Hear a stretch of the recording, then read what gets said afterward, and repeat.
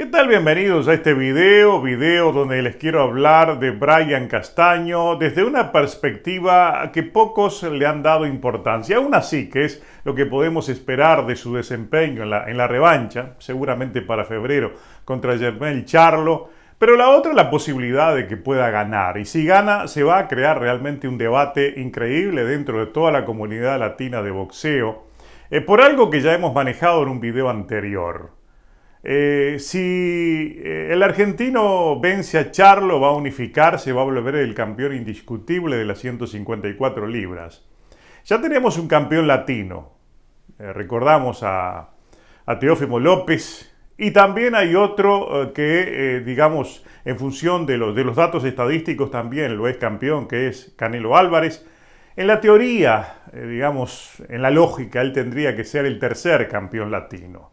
Pero sobre este aspecto hay temas a discutir que podrían cambiar ese orden. Y podría ser precisamente Brian Castaño el indiscutible entre los latinos. Pero de eso nos vamos a ocupar ahora.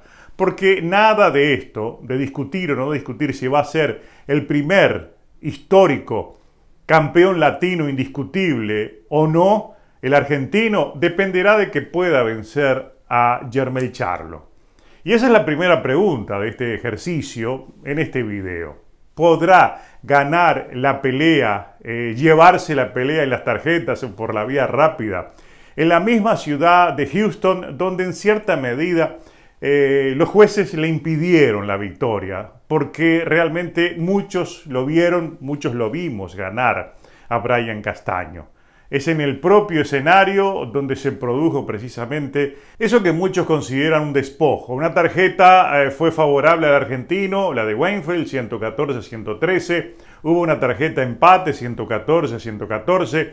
Y recordamos aquella tarjeta del juez puertorriqueño Nelson Vázquez, que le otorgó una victoria totalmente fuera de la realidad por 117-111 a Jermell Charlo. ¿Se podrá repetir esta historia? Es posible que sí, en función de que los jueces siempre le dan una cierta preferencia al favorito y en este caso también al dueño de casa.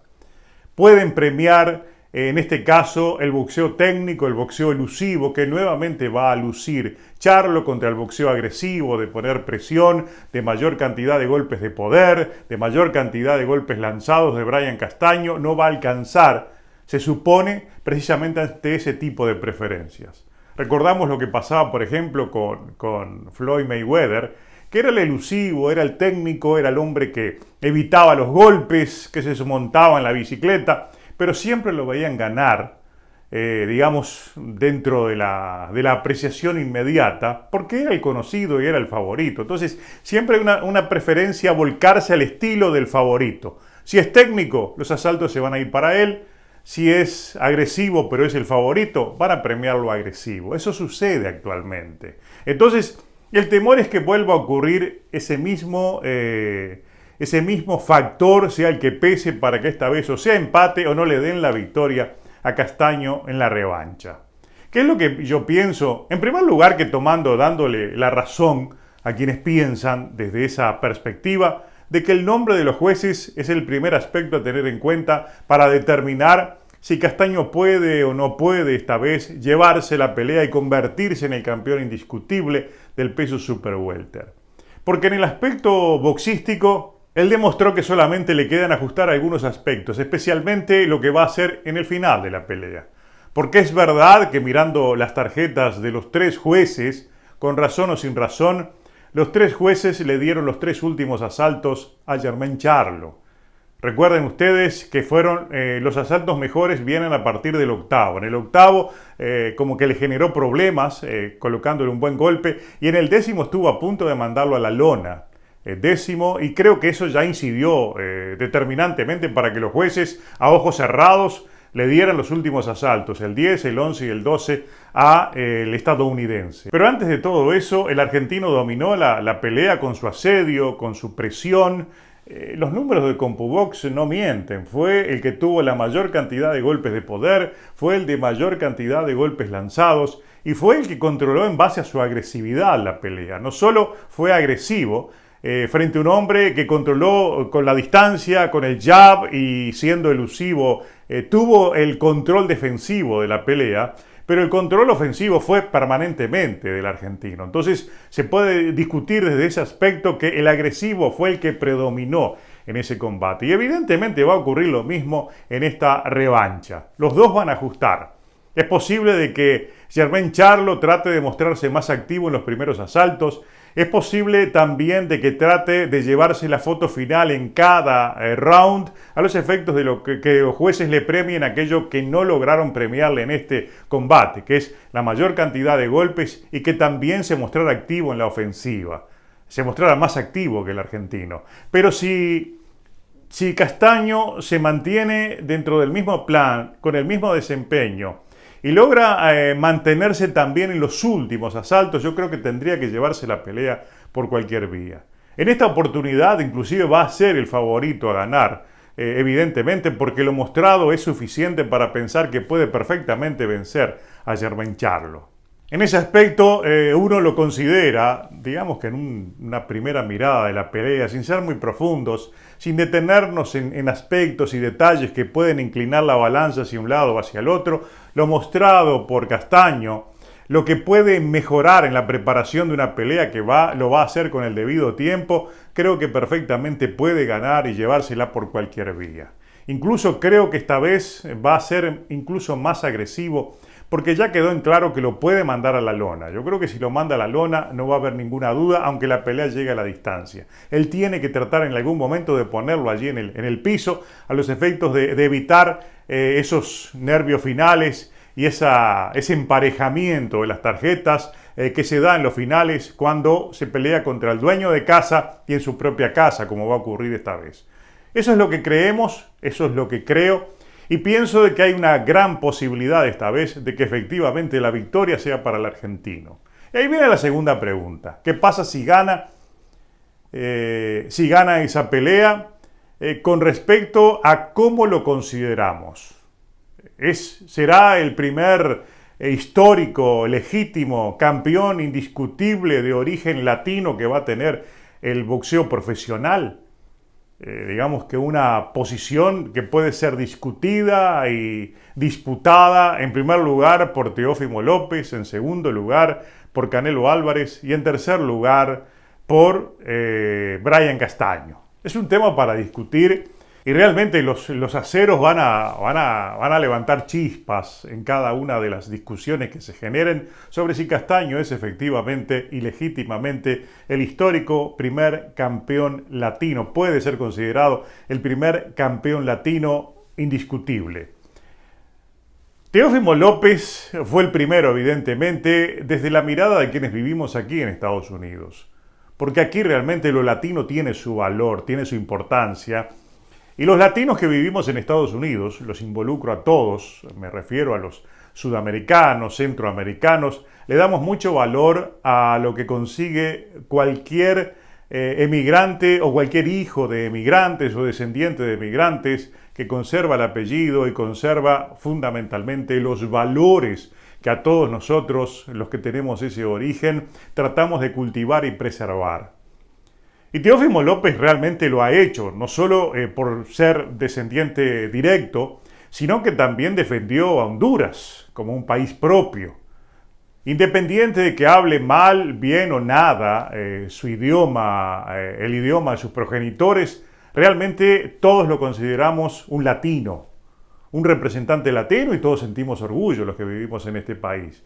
Pero salimos de este país, cruzamos el Río Grande y la cosa cambia. Para muchos que viven en Sudamérica, quien nace aquí es un estadounidense más. Entonces va a estar en la discusión si eso no es el fiel representante de los valores latinos como el primer campeón unificado en alguna categoría de peso.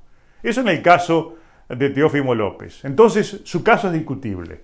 Desde mi perspectiva lo es, pero desde la perspectiva de quien no vive en este país, la cosa cambia. Porque es un latino dentro de Estados Unidos. Fuera de Estados Unidos es un estadounidense más.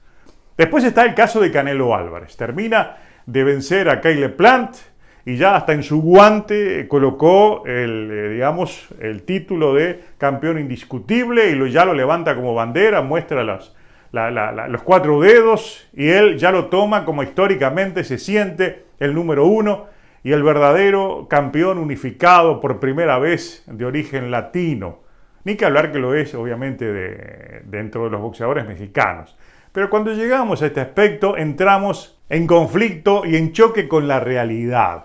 Una realidad marcada por la actitud que ha tenido dentro de esta breve historia de los 4 títulos de Canelo Álvarez, el Consejo Mundial de Boxeo.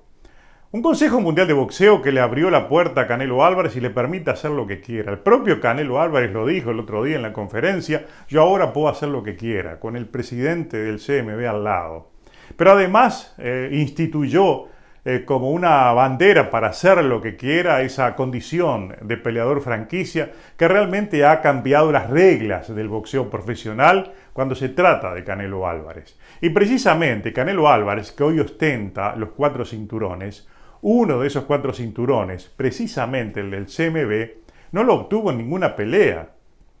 Ese cinturón le fue concedido para acelerar, digamos, el momento en que llegara a la meta. Él debió enfrentar al número 1 en su momento, que fue en el año 2020. Primero el número 1 era Avni Yildirim, después el número 1 era David Benavides. Después el CMB resolvió unas horas antes, unos días antes de que enfrentara a Callum Smith por el título de la OMB, también incorporar al cinturón del CMB. Entonces no lo peleó con nadie. En la práctica, en los hechos, Canelo Álvarez obtuvo ese cinturón mediante una decisión ejecutiva. Lo mismo que ocurrió, por ejemplo, y hay un antecedente que vale mucho a la hora de considerarlo, el título ese que hoy ostenta, que es el principal del Consejo Mundial de Boxeo en las 135 libras, Devin Haney. Han desconocido a Teófimo López y han colocado a Devin Haney como campeón regular y es el que reconocen los otros organismos y es un campeón totalmente artificial porque obtuvo ese título mediante una decisión ejecutiva. Entonces, se discute si las decisiones ejecutivas valen a los efectos de la historia, sí o no. Eso depende de la apreciación de cada uno y de la interpretación de cada uno. Habrá muchos fanáticos que dirán, no, Canelo Álvarez es un legítimo campeón porque tiene los 4 cinturones. Y habrán otros que dirán, Canelo Álvarez no es el legítimo campeón porque un cinturón se lo llevó por amistad con el presidente del CMB, porque le rinde beneficios al CMB y porque el CMB quiso retribuirle en algo concediéndole un cinturón sin que lo peleara contra nadie. Porque eso no se discute, no lo peleó contra nadie. O sea, que es un cinturón que no lo ganó, se lo dieron. Entonces, digamos que a esa mesa de 4 patas, una no corresponde a la mesa. Es una mesa, es una pata que está pegada con algún tipo de pegamento, es una pata artificial, pero que no corresponde a la mesa, y en este caso el cinturón de Canelo Álvarez del CMB es totalmente artificial. Si no lo ganó, es artificial. Entonces, habrá muchos, es mi caso, que no lo considero un indiscutible. Y habrá muchos que no lo consideren. Entonces vamos al caso de Brian Castaño. Si Brian Castaño vence en esa pelea a quien ostenta el cinturón de la FIB, el cinturón del CMB y el cinturón de la Asociación Mundial de Boxeo, todos ganados de forma legítima, cuando él también, cuando venció a Patrick Teixeira, logró de forma legítima y en el cuadrilátero su título de la OMB, se va a convertir en el campeón indiscutible legítimo de los 154, es argentino, es de origen latino, entonces desde la interpretación de muchos fanáticos será históricamente, legítimamente, el verdadero primer campeón unificado en alguna división del boxeo profesional. Es un tema apasionante en el sentido de que va a generar mucha discusión, va a haber mucho conflicto en las redes sociales con este tema y se va a discutir mucho. Por eso empezamos a discutirlo ahora, colocándolo en la palestra pública. Porque en definitiva, si el que gana es Charlo, esta discusión no va a ocurrir. Pero cuidado, porque si el que gana es Castaño, además de ese orgullo de tener 4 cinturones, al día siguiente se va a estar discutiendo este mismo tema. Entonces es bueno que ustedes ya tengan un precedente en las redes sociales de un video donde comienza a hablarse de un tema que posiblemente se podría dar si se cumple en los hechos lo que ya muchos empezamos a vaticinar. El gran favorito para llevarse la victoria en esa pelea de febrero, donde se unificarán todos los títulos de Super Welter, será el argentino Brian Castaño.